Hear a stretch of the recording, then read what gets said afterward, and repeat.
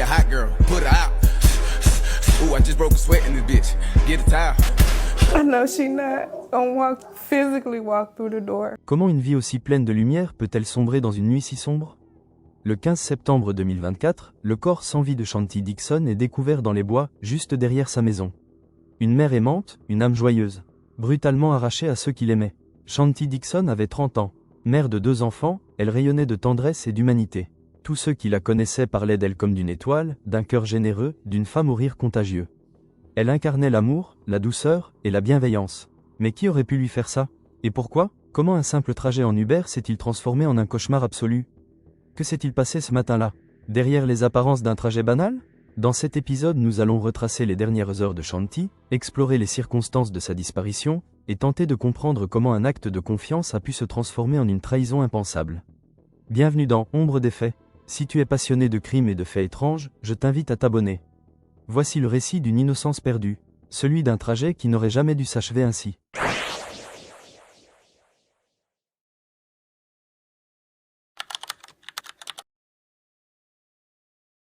Née en 1994, Shanti Dixon est le fruit de l'amour de sa mère, Rice Dixon. Dès son arrivée dans le monde, sa famille perçoit en elle une lumière particulière. Une étoile, une enfant au cœur tendre et à l'âme généreuse. Très tôt, sa gentillesse naturelle et son esprit bienveillant se manifestent. Elle a ce don rare, celui de faire sentir aux autres qu'ils comptent, qu'ils sont aimés. Et ce don, Shanti le cultivera toute sa vie. Son aura, déjà visible dès l'enfance, attire les gens.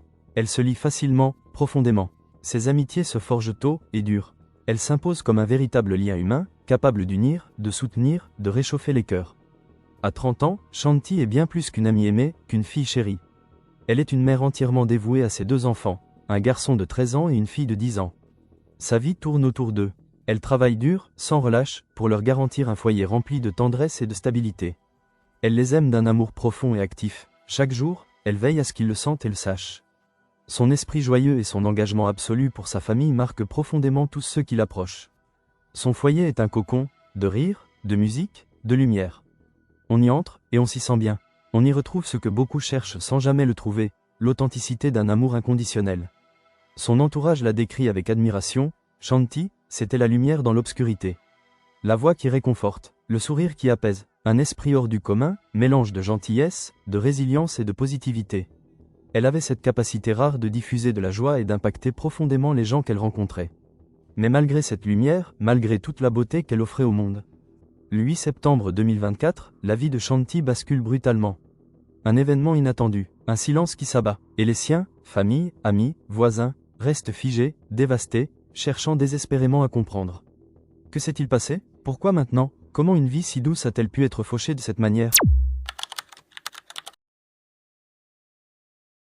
Le dimanche 7 septembre 2024, Shanti Dixon termine son service tardif. Elle est censée rentrer chez elle comme à son habitude. Mais cette nuit-là, elle ne franchira jamais la porte de son domicile.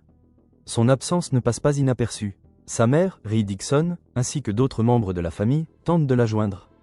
Appel, message, silence total. Et ce silence, rapidement, devient une angoisse. Une intuition douloureuse, quelque chose ne va pas. Poussée par l'inquiétude, la famille décide de agir. Ensemble, ils localisent le téléphone de Shanti. L'espoir, fragile, guide leurs pas. Mais ce qu'ils découvrent, quelques instants plus tard, dépasse l'entendement. Son téléphone les mène au bois derrière sa maison. Et là, dans la pénombre de la nature, ils la trouvent. Le corps de Shanti, inerte, abandonné, sans vêtements, couché sur le ventre. Une vision glaçante. Il est environ 13 h, le 8 septembre 2024, lorsque les agents du Indianapolis Metropolitan Police Department sont appelés en urgence sur les lieux, au niveau du bloc 1800 de Wagner Lane. Ils sécurisent immédiatement la zone. L'enquête commence. Les premiers constats sont terribles, la victime est déclarée morte sur place. L'autopsie révélera qu'elle a été tuée d'une balle à la tête, côté gauche. Un tir unique, froid, déterminé. Pour sa famille, c'est l'effondrement. Quelques heures plus tôt, ils espéraient encore revoir son sourire, l'entendre rire, la prendre dans leurs bras. I know she not gonna physically walk through the door. À présent, ils doivent affronter l'impensable. La lumière de Shanti, cette étoile de douceur, vient d'être éteinte de la façon la plus cruelle qui soit. La confirmation fut un choc brutal. Lorsque les policiers ont officiellement identifié le corps retrouvé dans les bois comme étant celui de Shanti Dixon, sa mère, Raïs, s'est effondrée. Le chagrin était absolu, le visage de cette jeune femme allongée sur le sol. C'était celui de sa fille, celle qu'elle cherchait depuis les premières heures du dimanche matin. Rice partage ce qu'elle sait. Shanti avait terminé son service vers 3h30 du matin. Comme souvent, elle avait commandé un Uber pour rentrer chez elle. Mais après avoir quitté son travail, elle ne donnera plus aucun signe de vie. Aucun appel, aucun message. Un silence inquiétant qui alerte sa famille, et qui, maintenant, alimente les interrogations des enquêteurs. Que s'est-il passé entre son départ du travail et la découverte tragique de son corps? Les heures critiques restent floues. Le moindre détail devient précieux. L'itinéraire, le chauffeur, les lieux potentiels, les communications, tout est passé au crible. Car dans cette faille temporelle se cache peut-être la vérité. Une vérité que la famille de Shanti, comme les enquêteurs, veut désormais confronter. Alors que l'enquête sur la mort de Shanti Dixon progresse, les policiers du Indianapolis Metropolitan Police Department font une découverte capitale. 2 téléphones portables gisent dans la zone boisée où le corps de Shanti a été retrouvé. Grâce au code fourni par sa mère, les enquêteurs accèdent aux données et commencent à reconstituer les derniers instants de sa vie. Les relevés montrent que Shanti a commandé une course Uber à 3h34 du matin, au départ du bloc 2300 de West 16e Street. Le trajet comprend une brève escale sur Washington Street avant de s'achever sur Earhart Street, son adresse personnelle. À 4h05, le trajet est marqué comme terminé. L'application confirme également un pourboire de $5 accordé au conducteur. L'identité du chauffeur est rapidement établie. Francisco Valadez, 29 ans, domicilié à quelques kilomètres sur Aristocrat Circle. Le véhicule, une BMW immatriculée dans l'Indiana, appartient à un membre de sa famille. Les détectives se rendent alors chez Francisco pour l'interroger. Dans un premier temps, il confirme avoir conduit Shanti, tout en affirmant qu'il ne s'est rien passé d'anormal. Mais rapidement, ses déclarations changent. Il évoque des bruits de tir, puis invente des scènes confuses impliquant un agresseur externe. Selon lui, Shanti aurait été blessé au niveau de la jambe et se serait débattu avant de sortir du véhicule. Il ajoute même avoir nettoyé des traces dans sa voiture. Les versions contradictoires se multiplient. Les enquêteurs interrogent également la mère de Francisco, qui révèle que son fils possède une arme à feu et qu'il a nettoyé récemment sa voiture. Une fouille est alors menée, des chiffons ensanglantés et une arme de poing sont retrouvés dans sa chambre. Les preuves s'accumulent. L'équipe décide de conduire Francisco au bureau des homicides de l'IMPD. Là, en l'absence d'un avocat, il accepte de répondre aux questions. Mais ses récits varient à chaque déclaration. Quand les détectives lui montrent que Shanti a été tué par une balle à la tête, et non à la jambe, comme il l'avait précédemment suggéré, Francisco finit par lâcher la vérité. Il admet avoir été en colère, et dans ce moment de rage incontrôlée, il a tiré.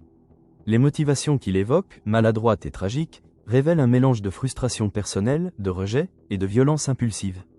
Sa confession lève le voile sur une série d'événements brutaux et déconcertants, et plonge les enquêteurs dans une affaire plus sombre qu'ils ne l'avaient imaginée.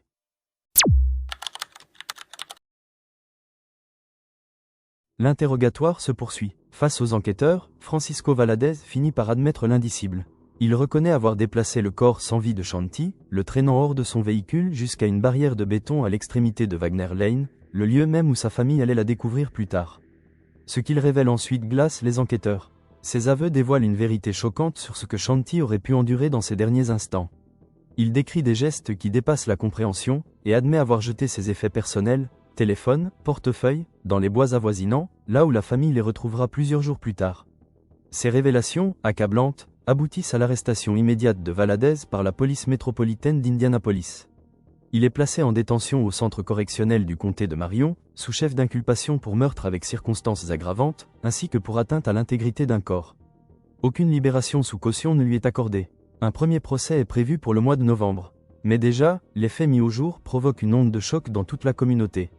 Les proches de Shanti, bouleversés, réclament justice pour celle qu'ils appelaient leur « étoile brillante ». Le quartier, la ville, les internautes, tous sont saisis d'une même émotion, l'effroi, le deuil, et la révolte face à un acte aussi cruel que gratuit. Shanti Dixon n'était pas qu'un nom dans un dossier judiciaire. Elle était une mère aimante, une fille dévouée, une amie fidèle. Une âme douce, dont l'impact dépassait les murs de sa maison. Elle était une présence lumineuse dans son quartier, une voix rassurante pour ses proches, une source constante de bienveillance. Aujourd'hui, sa famille se bat pour que justice soit faite, pour que les derniers instants de Shanti soient reconnus, pour que sa mémoire ne soit pas salie par les mensonges ni noyée par le silence. Merci d'avoir suivi cet épisode sur Ombre des faits. Si cette histoire vous a touché, n'oubliez pas de vous abonner, de laisser un commentaire ou de partager. D'ici là, prenez soin de vous et à bientôt.